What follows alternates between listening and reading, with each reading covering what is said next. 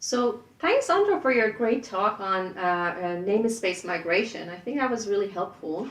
But Ivar, let's talk about some of our highlights for Jakarta in terms of face-to-face conferences and events this year. I think as compared to the past 2 years, we actually had a strong presence at face-to-face conferences. And for example, we had a Jakarta track at DevNexus, and we had the Jakarta Java community at EclipseCon, which was a little bit of a different approach than every other year that we had. So, what do you think about these events, and how do you think we did in terms of the new approach? Yeah, I think the EclipseCon Community Day for Java developers is an excellent example of how we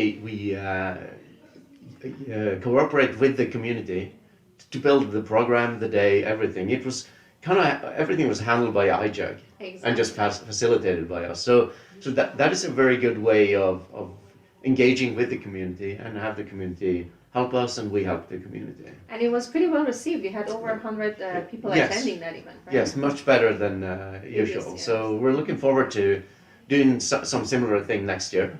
Yes. And you also mentioned DevNexus. Mm-hmm. Which we tried out this year to have a separate track for Jakarta talks. And from what we experienced there, that was a great success. So we're actually doing that again next year. Right. So at DevNexus we will have a dedicated Jakarta track. And the talks has been selected and it's already published on the website. So you can go check it out.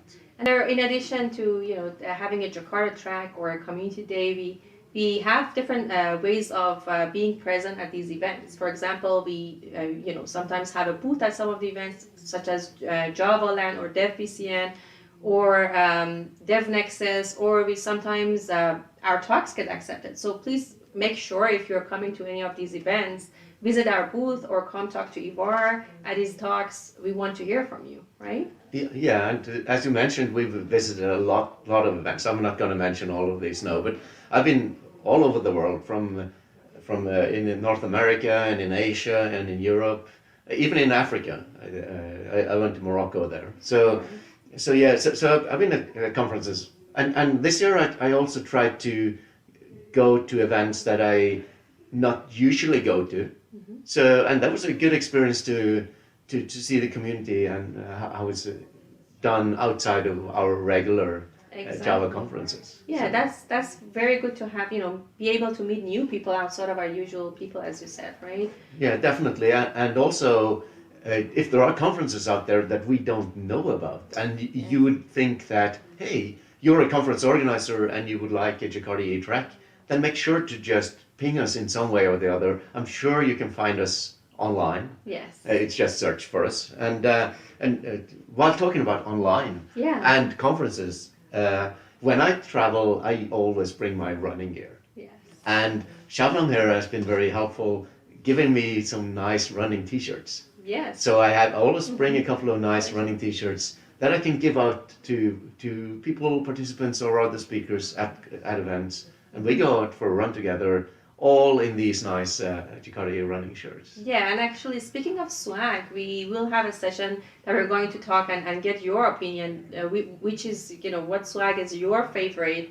And I think we have that question in our poll as well. Let us know what is your favorite swag and what do you want to see more, right?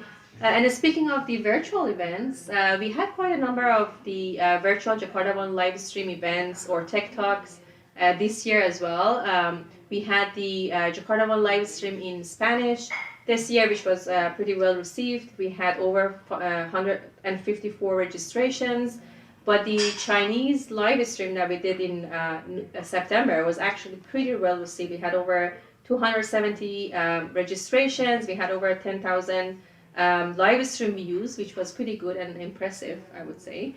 So if you are, this is open to different communities, and if you are interested to organize a JakartaOne live stream in your specific language, we would welcome that, right? Yeah. We would like to have more events globally.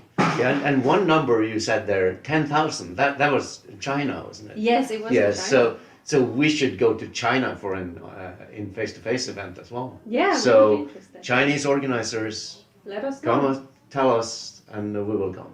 Yeah, for sure. And we also have created a video, or not we, but Yes. we have had a video created for Yes. us from some of the events. So I think we'll look at that one now. Yes, let's watch that.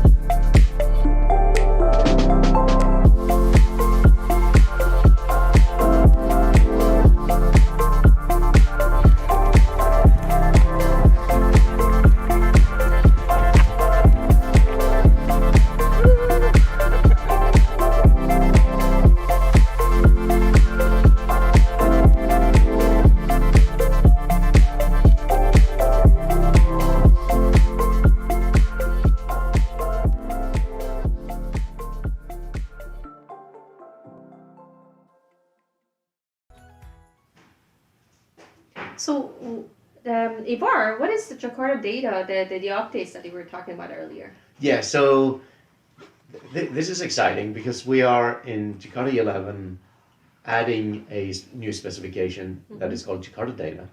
And it will standardize the repository pattern for data access.